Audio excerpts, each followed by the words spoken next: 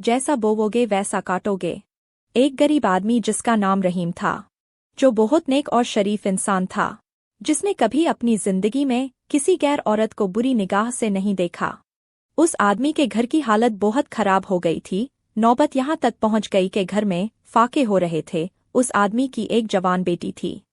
जब फाके हद से बढ़ गए तो वो लड़की अपने छोटे बहन भाई की हालत देखकर बहुत परेशान होने लगी। उसके दिमाग में तरह तरह के सवाल उठने लगे। उसने सोचा कि क्यों ना मैं घर से निकलकर किसी काम की तलाश करूं, जिससे मैं अपने घर वालों का पेट भर सकूं।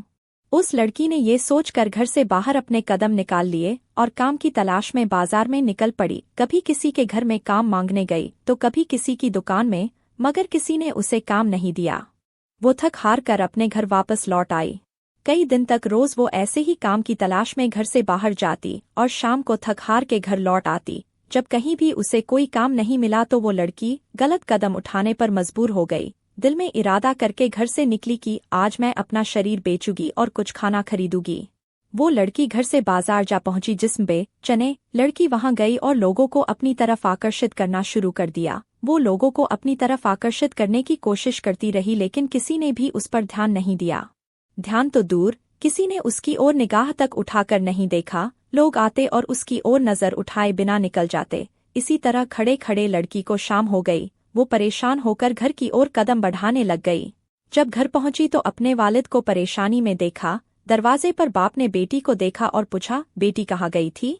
लड़की अपने वालिद की बात सुनकर उनके पैरों में गिरकर रोने लगी और माफी मांगने लगी और फिर रो रो कर सारा माजरा बयान किया कि बाबा, मुझसे अपने भूख से बिलखते हुए भाई बहन की हालत देखी नहीं गई और मैं मजबूर होकर जिस्म बेचने गई थी, लेकिन एक भी आदमी ने भी मेरी तरफ नजर तक उठाकर नहीं देखा। पूरी बात सुनने के बाद बाप ने अपनी बेटी से कहा कि बेटा, तुम्हारे बाबा ने आज तक कभी किसी गैर औरत को आंख उठाकर नहीं देखा, तो यह कैसे हो सकता था कि कोई तुम्हें नजर उठाकर देखता।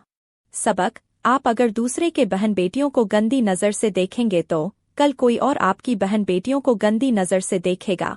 इसलिए अपनी गंदी निगाह किसी औरत पर मत डालो, क्योंकि नजर गर्म बीज होता है, जैसा बोओगे कल को वैसा ही पाओगे। आज आप अपने आप को खबरदार करेंगे तो कल तुम्हारी औलाद भी महफूज रहेगी। दोस्तों, आपको ये कहानी कैसी लगी? कमेंट में अपनी कीमती राय जरूर दें। अगर आप नए हैं तो मेरे YouTube चैनल को सब्सक्राइब करें और बेल आइकॉन को दबाएं। मिलते हैं अगले वीडियो में, तब तक के लिए धन्यवाद।